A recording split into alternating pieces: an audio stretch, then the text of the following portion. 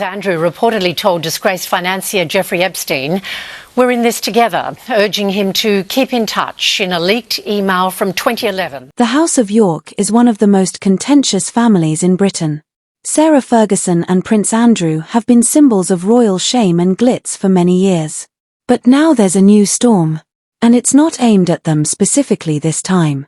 Once viewed as the naive faces of a contemporary royal generation, their daughters, Princess Beatrice and Princess Eugenie, are now being accused of taking on their parents' titles, as well as their problematic social circles and feeling of entitlement.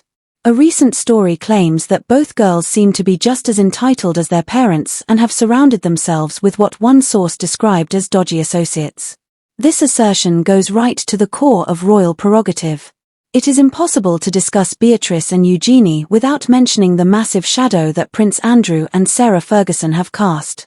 That Prince William does want to see his cousins take on a bit more of an informal role when it comes to engagements. This idea of a slimmed down monarchy, I think, might start to be a thing of the past, particularly because we have the Princess of Wales out of action at the moment because of her cancer treatment. Once hailed as the Queen's gorgeous, courageous son and the air hero of the Falklands, Andrew is now a disgrace. His reputation is now toxic due to his awful nighttime BBC News interview, his resignation from public office, and his ongoing affiliation with scandal. In contrast, Sarah Ferguson has endured her own excesses and been the target of tabloid jokes. She has spent decades straddling the tightrope between royal rehabilitation and ruin, from the notorious toe-sucking scandal of the 1990s to her terrible financial difficulties and her now famous cash for access trap. A children's charity is distancing itself from Sarah Ferguson. After an email the Duchess of York sent to convicted offender Jeffrey Epstein in 2011, calling him a, quote, supreme friend, resurfaced, Child Hospice Center Julia's House has issued a statement confirming they'll no longer be associating with the royal. Beatrice and Eugenie grew up in this environment, which was full of privilege, money, and media attention, but it was also full of scandal. They grew up in Windsor, protected but not immune to the financial difficulties, marital dissolution, and divorce of their parents. They were the amiable daughters of the Duke and Duchess of York to the outer world. According to sources, however, there was a growing perception inside the palace that the girls had picked up the same unwavering feeling of entitlement that had long characterized their parents' reputation. Several royal insiders have characterized the York sisters as entitled, echoing the same haughtiness that has long been connected to Andrew and Sarah, according to the Daily Mail's reporting.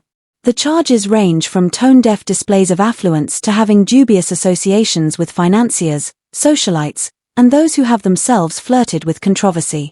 According to an insider cited in the report, Beatrice and Eugenie are both totally detached from reality, interacting with people in elite circles, protected by their wealth and connections, and apparently oblivious to how their decisions are perceived by the general population. Your favourite duo, the King's nieces, Beatrice and Eugenie, were on the cover of a magazine this week and they were described as the royal family's secret weapons. Did you write that headline?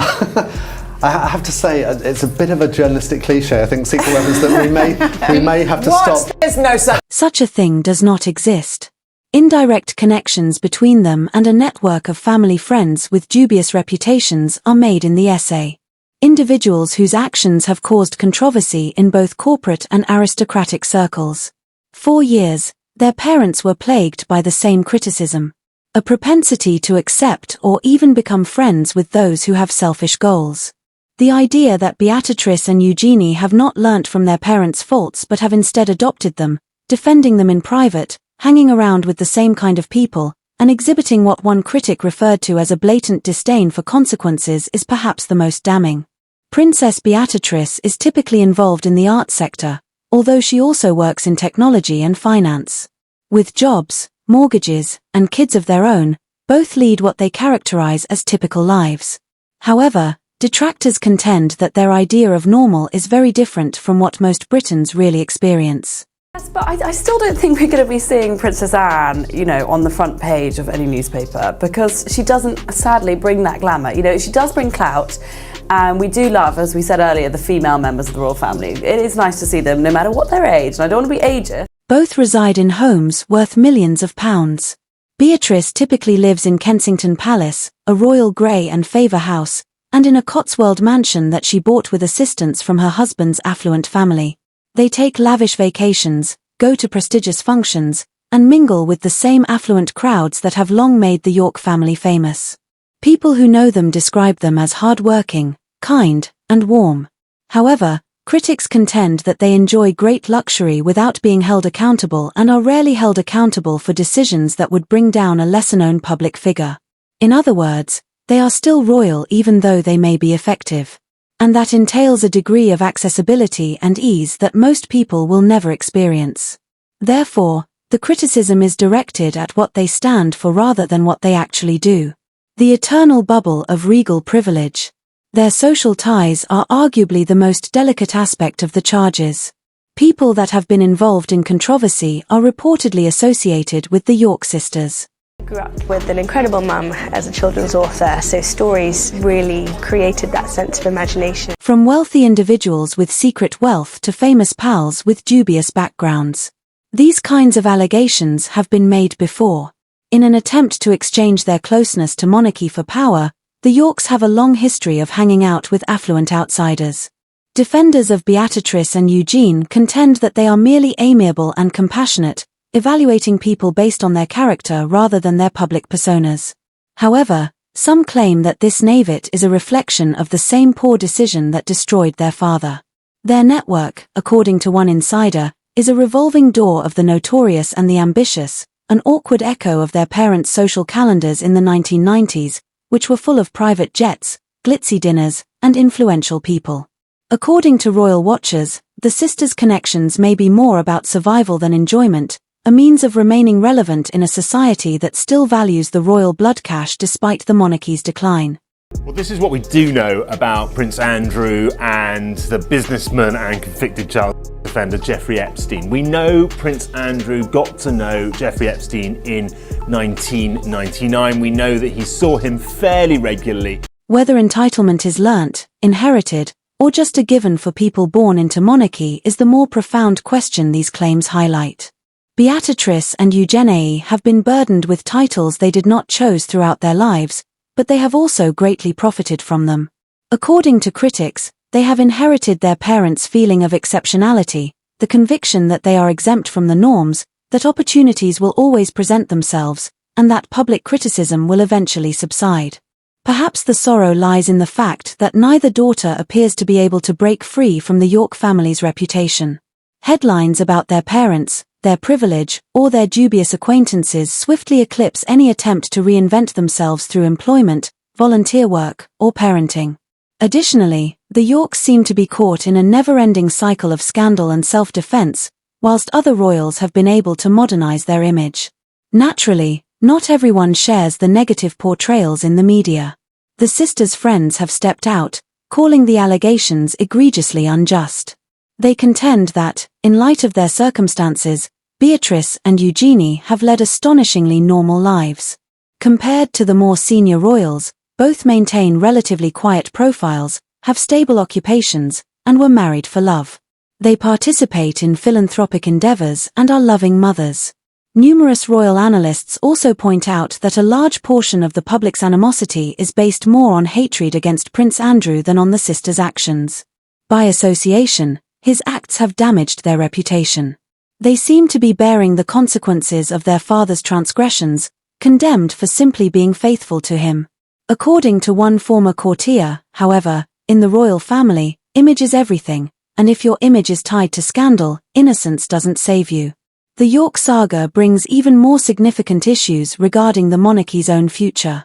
King Charles has frequently discussed the creation of a more functional monarchy that prioritizes responsibility over luxury. The money, at one stage you had $40,000 cash sitting in front of you. Did you take it? Absolutely, yes. And it was given to me and I got it in the car and then returned it straight away. Once the scandal broke? As soon as I knew it was a scandal, not once it broke, Michael. But don't try and trick me now because I'm not going to play this game. Delete that bit. John, can you just delete? With their privilege and scandals, the Yorks represent the very thing that the leaner model aims to disassociate itself from. The appearance of wealth without responsibility is becoming more and more risky if the Windsor family is to keep the public's trust. Despite not having official positions, Beatrice and Eugenie nevertheless have royal titles, which come with scrutiny. Critics have greater ammo against the monarchy as a whole the more they are seen as entitled or irresponsible in their social decisions. Ultimately, the legitimacy of the royal institution itself is at risk, not just their own reputation. The controversy surrounding the York family's ties to Jeffrey Epstein has been rekindled in recent weeks by new information. This time, it involves Prince Andrew, Fergie, and Sarah Ferguson in recently leaked email exchanges. These disclosures have strengthened the argument that Beatrice and Eugenie might be suffering from inherited scandal rather than just inherited privilege. First, the Ferguson case. According to a British publication, Fergie wrote Epstein an email in 2011, calling him a superior friend, and apologizing for remarks she made in public that denied their relationship. Her earlier declarations that she would sever her relationship with the disgraced financier seem to be clearly contradicted by this correspondence.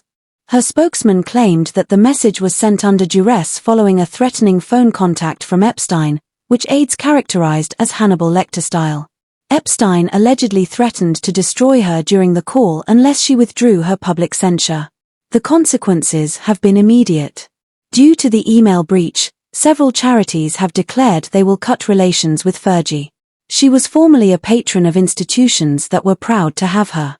Her patronage was revoked by the Teenage Cancer Trust, Prevent Breast Cancer, the Natasha Allergy Research Foundation, and others due to concerns over her reputation and the inappropriateness of her referring to Epstein as a confidant. For someone who has long been seen as the more likable character in the York scandal story, this represents a significant change from a public relations perspective. Prince Andrew comes next.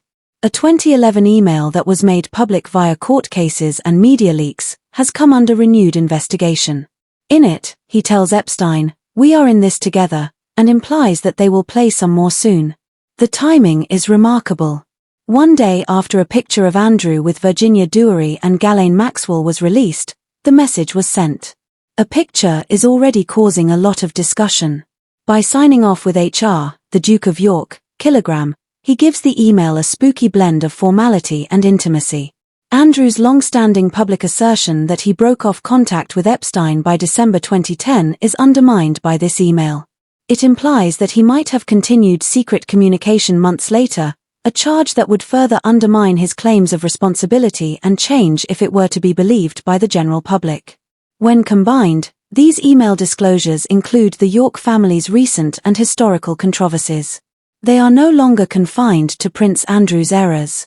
They now cover Fergie as well, revealing a secret communication style that painfully conflicts with denials made in public.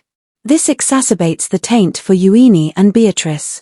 When the family protagonists' own words reveal continuity of association with Epstein, the entitlement issues take on more substance. The Yorks may have never really escaped their Epstein ties, but a darker story is made possible by the Fergie email incident and the Andrew Epstein conversation. Furthermore, the assertions that the sisters' entitlement is hereditary rather than merely symbolic gain fresh strength if the past is preserved in these private conversations.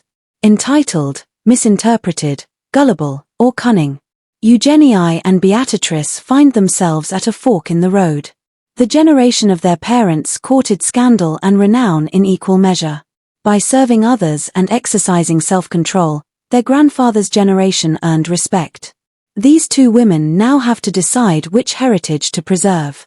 One poorly chosen buddy or poorly timed snapshot might rekindle the same headlines their parents once attempted to avoid in a society where appearances are crucial. Whether they can ever fully escape the shadow of the House of York may be the more important question than whether they have any rights.